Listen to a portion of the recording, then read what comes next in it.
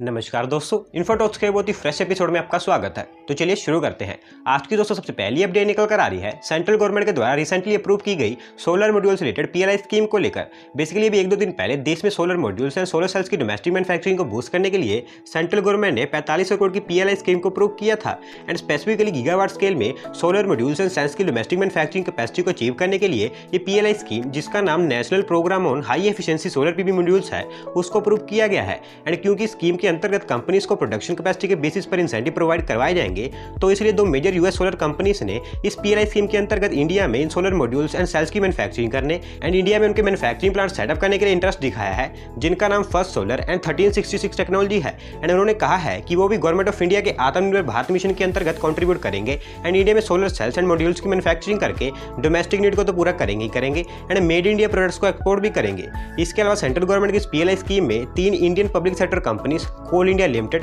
Bharat Heavy Electricals Limited BHEL and Central Electronics ने भी interest दिखाया है।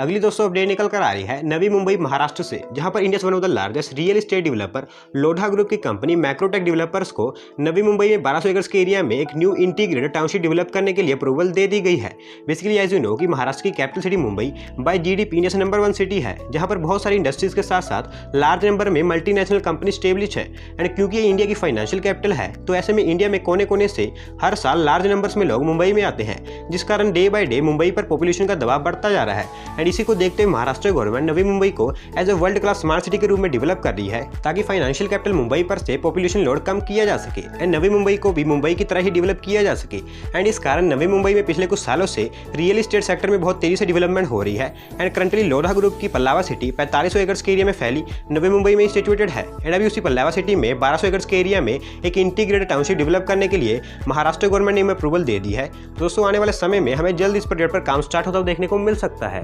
बढ़ते हैं दोस्तों अगली अपडेट की तरफ, जो निकल कर आ रही है सेंट्रल गवर्नमेंट की smartphones manufacturing related PLI scheme को लेकर, जहां पर ministry of commerce and industry ने बताया है कि सेंट्रल गवर्नमेंट के द्वारा अप्रूव की गई smartphone manufacturing related PLI scheme के अंतर्गत दिसंबर 2020 तक इंडिया में different foreign and domestic smartphones manufacturing companies ने टोटल 1300 करोड़ रुपीज तक की इन्वेस्टमेंट कर दी है। एंड वहीं मेक इन इंडिया इनिशिएटिव के अंतर्गत 35,000 करोड़ रुपीज तक स्मार्टफोन्स एंड इससे रिलेटेड डोमेस्टिक गुड्स की प्रोडक्शन की है। Basically India world second largest smartphone market है, लेकिन स्मार्टफोन्स मार्केट में इंडिया में बहुत कम स्केल पर स्मार्टफोन्स की डोमेस्टिक मैन्युफैक्चरिंग की जाती है, क्योंकि एक बहुत ही बड़ी अपॉर्चुनिटी है, जिसको देखते हुए सेंट्रल गवर्नमेंट ने लास्ट ईयर अप्रैल 1 को स्मार्टफोन्स की डोमेस्टिक मैन्युफैक्चरिंग के लिए पीएलआई स्कीम को नोटिफाई किया था, जिसके बाद बहुत सारी domestic and foreign smartphones manufacturing companies के द्वारा प्रपोजल सबमिट किए गए थे। एंड अगस्त 2020 के आसपास सेंट्रल गवर्नमेंट ने स्मार्टफोन्स कंपनीज को इस पीएलआई स्कीम के अंतर्गत सिलेक्ट करना स्टार्ट कर दिया था, जिसमें लार्ज स्केल मैन्युफैक्चरिंग सेगमेंट में 16 स्मार्टफोन मैन्युफैक्चरिंग कंपनीज को सिलेक्ट किया गया था। And in selected 16 smartphone manufacturing companies में foreign companies Pegatron, Wistron, Samsung, Rising Star, Foxconn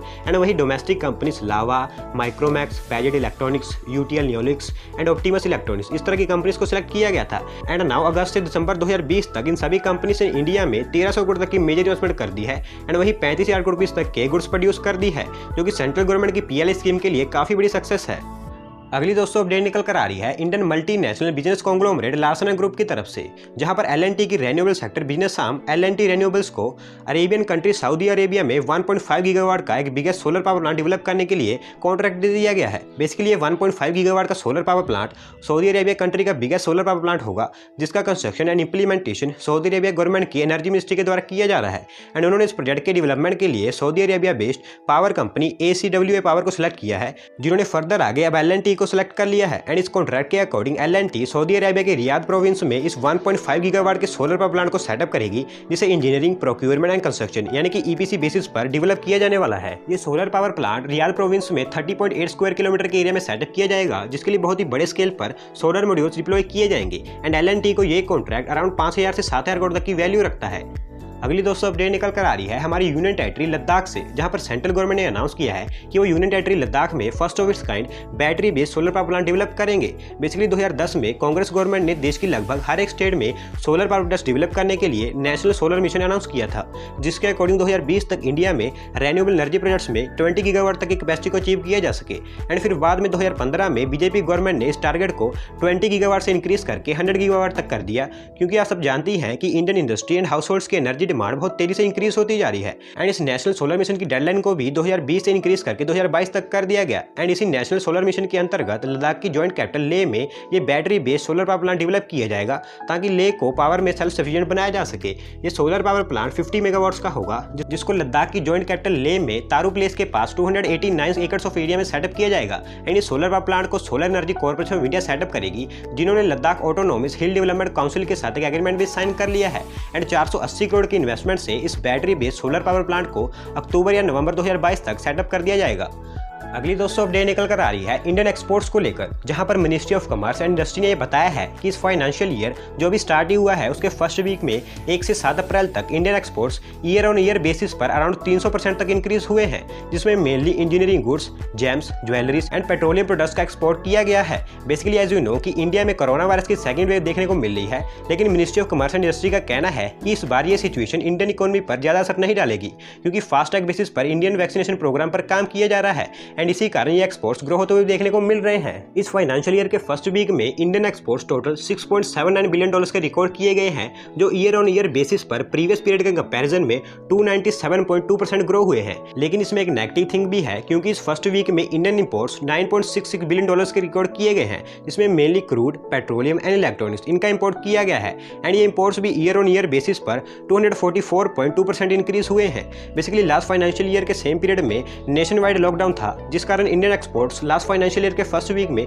72.2% decrease हुए थे एंड 1.71 बिलियन तक रिकॉर्ड किए गए थे। एंड इसी कारण ईयर ऑन ईयर बेसिस पर ये एक्सपोर्ट परसेंटेज का ग्रोथ देखने को मिला है। लेकिन इंडियन एक्सपोर्ट्स अब बहुत तेजी से ग्रो होते जा रहे हैं, क्योंकि लास्ट मंथ यानी कि मार्च मंथ में इंडियन एक्सपोर्ट्स 58.23% इंक्रीज हुए थे एंड 34 बिलियन तक रिकॉर्ड किए गए थे। अगली दोस्तों अपडेट निकल कर आ रही है हमारी इंडियन रेलवेज की तरफ से, जहां पर मिनिस्ट्री ऑफ रेलवेज ने बताया है कि उन्होंने लास्ट फाइनेंशियल ईयर 2020-21 में highest ever 1232.64 million tonne freight को लोड एंड ट्रांसपोर्ट किया है, जो कि इंडियन रेलवेज का आज तक का सबसे हाईएस्ट एवर फ्रेट लोडिंग है। बेसिकली पिछले साल कोरोना लॉकडाउन के कारण इंडियन रेलवेज की पैसेंजर ट्रेन बहुत ही कम नंबर्स में ऑपरेट की जा रही थी, जिस कारण इंडियन रेलवेज की रेलवे लाइन्स पर ट्रैफिक बहुत ही कम था। एंड इसी अपॉर्चुनिटी को देखते हुए इंडियन रेलवेज ने उनकी फ्रेट ट्रेन की स्पीड को ऑलमोस्ट डबल कर दिया था एंड साथ ही साथ फ्रेट ट्रेन को लंबा एंड फ्रेट ट्रेन के नंबर्स को भी इंक्रीज कर दिया था, जिसके नतीजे पर इंडियन रेलवेज ने लास्ट फाइनेंशियल ईयर में 1232.64 million tonne freight load and transport किया था। एंड इसी कारण इंडियन रेलवेज को 1,17,386 करोड़ की रेवेन्यू भी जनरेट हुई थी। एंड अब धीरे धीरे जैसे जैसे डेडिकेटेड फ्रेट कॉरिडोर्स ओपन होते जा रहे हैं, वैसे वैसे रेलवेज की freight loading capacity and numbers increase होते जा रहे हैं। अगली दोस्तों अपडेट निकल कर आ रही है महाराष्ट्र स्टेट से, जहां पर महाराष्ट्र गवर्नमेंट ने डिसाइड किया है कि वो स्टेट में जितने भी रेन्यूएबल एनर्जी वाले प्रोजेक्ट्स यानी कि विंड एंड सोलर प्रोजेक्ट्स हैं, वहां पर pumped hydro storage plant setup करेंगे, ताकि स्टेट में जो पावर ग्रिड्स हैं उनको स्टेबलाइज किया जा सके एंड इनका 24/7 same amount of energy supply की जा सके। बेसिकली जो wind and solar power plants होते हैं वो बहुत अनप्रडिक्टेबल होते हैं, क्योंकि जरूरी नहीं है कि हर समय एक समान में धूप होगी और या फिर एक समान में हवा चलेगी। एंड क्योंकि इन wind and solar power plants को ग्रिड से कनेक्ट किया होता है, तो वेदर कंडीशंस के कारण कई बार एक्सेस एनर्जी और कई बार लेस एनर्जी इन ग्रिड्स के पास पहुंच जाती है, जिस कारण स्टेट में पावर सप्लाई इंटरप्ट होती है। एंड इन्हीं प्रॉब्लम से बचने के लिए महाराष्ट्र गवर्नमेंट स्टेट में almost her grid connected on river end of river solar and wind plants में इन पम्प्ड हाइड्रो स्टोरेज प्लांट्स को सेटअप करेगी, जिससे कि एक सिमिलर एंड सेम अमाउंट में पावर ग्रिड्स तक पहुंचाई जा सकेगी। क्योंकि इन पम्प्ड हाइड्रो स्टोरेज प्लांट्स में जो एक्सेस एनर्जी होगी उसको बाद में रिक्वायरमेंट के अकॉर्डिंग स्टोर करके ट्रांसफर किया जा सकेगा। आज की दोस्तों लास्ट अपडेट निकल कर आ रही है मुंबई महाराष्ट्र से, जहां पर मुंबई सिटी के कोस्टल एरिया एंड सबर्ब्स को डेवलप करने के लिए Maharashtra coastal zone management authority की तरफ से एक new coastal zone management plan Mumbai city के लिए अप्रूव कर दिया गया है। बेसिकली हमारे देश के जो coastal areas and coastal zones होते हैं, वहां पर इन्वायरमेंट को स्टेबल बनाए रखने के लिए गवर्नमेंट की तरफ से एक कोस्टल रेगुलेशन जोन पॉलिसी को इंप्लीमेंट किया होता है, जिसमें सभी कुछ क्लैरिफाई किया होता है कि इन कोस्टल जोन्स एंड एरियाज में कौन कौन सी एक्टिविटीज की जाएंगी एंड कौन सी नहीं की जाएंगी। एंड उसी के अकॉर्डिंग मुंबई के कोस्टल एरिया को और डेवलप करने के लिए एक new coastal management plan approve कर दिया गया है। दोस्तों इस मैनेजमेंट प्लान के अकॉर्डिंग मुंबई की लोकल बॉडीज को ये सभी कुछ बताया जाएगा कि कितनी प्लेस फिशिंग विलेजेस में है, कितनी प्लेस में fishing harbours and infrastructure creation किया जा सकता है एंड सिमिलरली कितनी प्लेस पर रोड्स एंड हाईवेज का कंस्ट्रक्शन किया जा सकता है। दोस्तों इस न्यू प्लान के अकॉर्डिंग अब मुंबई के सबर्ब्स में और भी न्यू प्रोजेक्ट्स पर काम स्टार्ट होता हुआ देखने को मिल सकता है। तो दोस्तों आज की वीडियो में बस इतना ही। अगर आप अपनी तरफ से कोई अपडेट सबमिट करना चाहते हैं तो डिस्क्रिप्शन में दिए गए लिंक पर क्लिक करके सबमिट कर सकते हैं। और अगर आज की वीडियो पसंद आई हो तो वीडियो को लाइक करें, चैनल को सब्सक्राइब करें। धन्यवाद आपका वीडियो को देखने के लिए।